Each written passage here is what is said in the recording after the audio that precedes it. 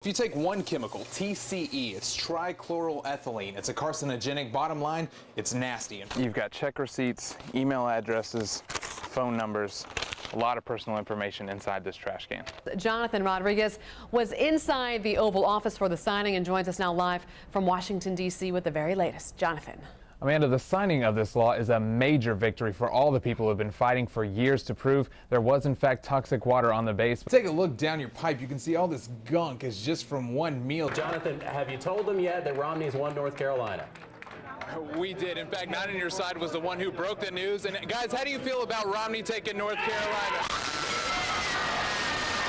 And the rain is just pounding us right now. A man is dead after a fire burns his trailer. Crews still on scene trying to figure out exactly what happened. We are live with the latest details coming up. So we decided to take a closer look at that actual law. This is it. It's 21 pages full of legal jargon, but we pulled out the main points that you need to know about. Of course, one of the best ways to learn is hands-on, so that's why the U.S. Army has brought out their military working dogs to show them exactly how it's done.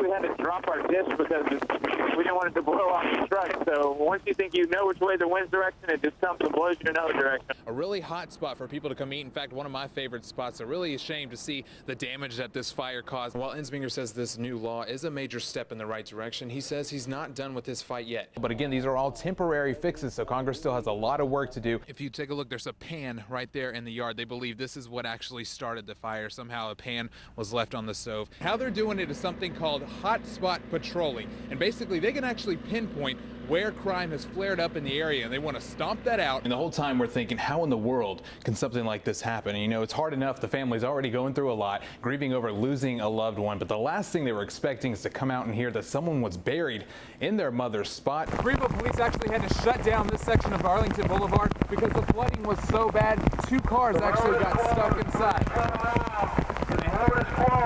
Take a look inside. People are shopping. We're going to get our photographer Tree to zoom in right through this door here. You can see lines wrapped around the registers. We actually just had a transformer blow on the other side of this street and emitted a shower of sparks. So you can see this flooding is getting and is making its way further into this neighborhood. So you guys are the Tiny Trotters, a group of little people who travel across the country spreading an anti-bullying message. Tell me what your message is and how you guys kind of got started. Good morning, happy Black Friday. You know, it's almost hard to call it Black Friday anymore. The tradition has changed so much. As you said, Target opening on Thanksgiving Day. He says this bill is a confirmation that there was in fact toxic water on base that was harming these Marines. Whew, that's real world.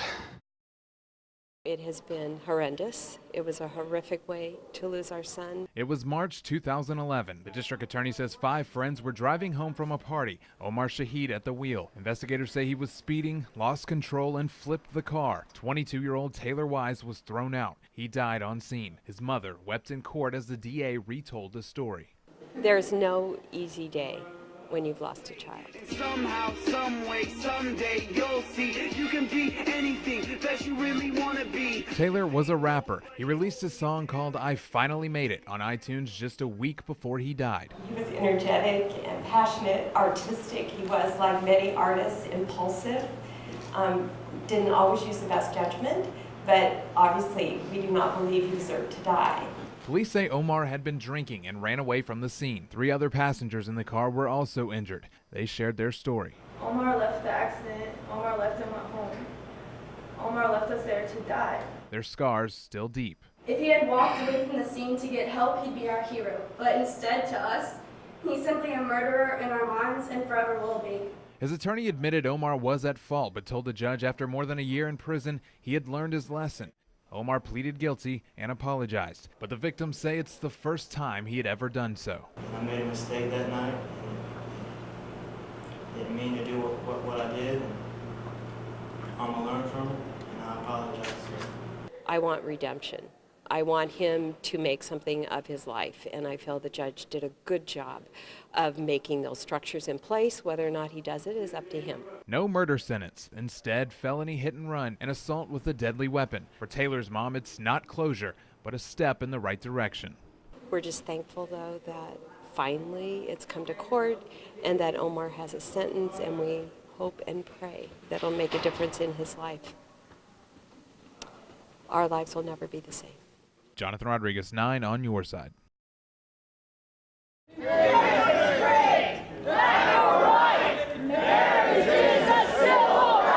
With flags waving and signs held high, they took their message to the streets.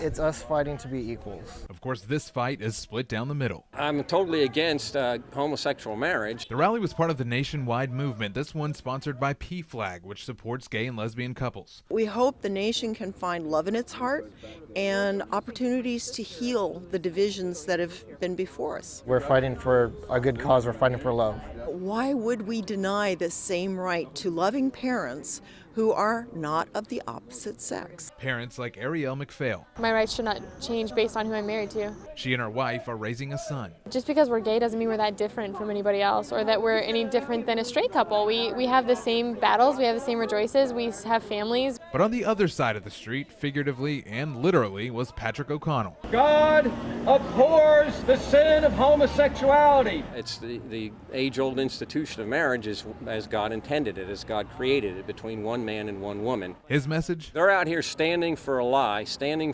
that people can be all right with God and still be in their sin, in particular the sin of homosexuality. Rally members say it's more of a civil liberties issue. All kinds of love are to be honored and respected, and the right of marriage is a civil right. They've tried to reframe it as a civil rights issue.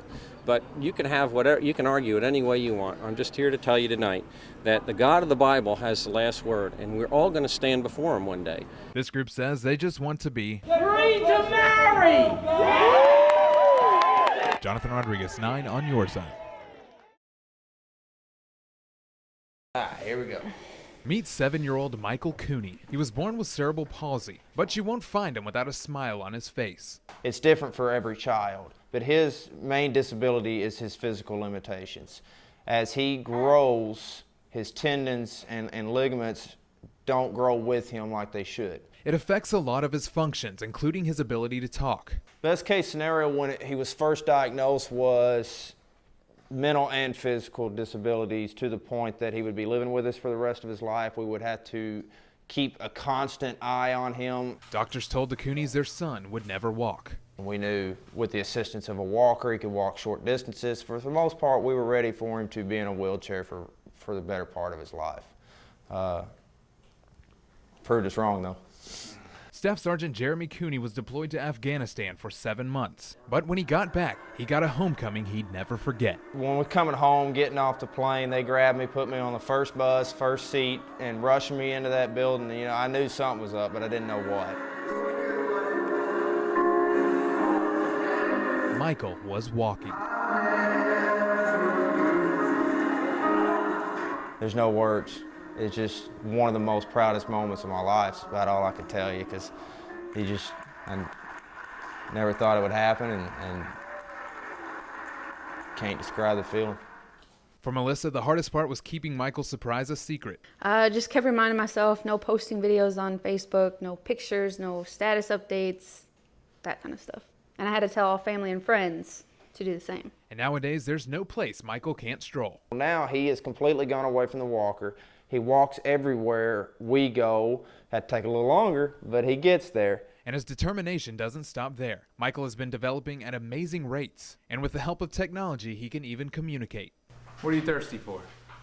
I would like some chocolate milk, please. All right. That's a good choice. His story has inspired people worldwide. I wanted to put it out there to give other families inspiration, hope. Just because a doctor says you're never going to walk doesn't mean you're never going to walk. And with each determined step, there's no telling what Michael will be able to accomplish next. You know, parents are supposed to inspire their children. I'm supposed to inspire him to never give up. I'm supposed to inspire him to be the best that he can be at whatever it is he's doing.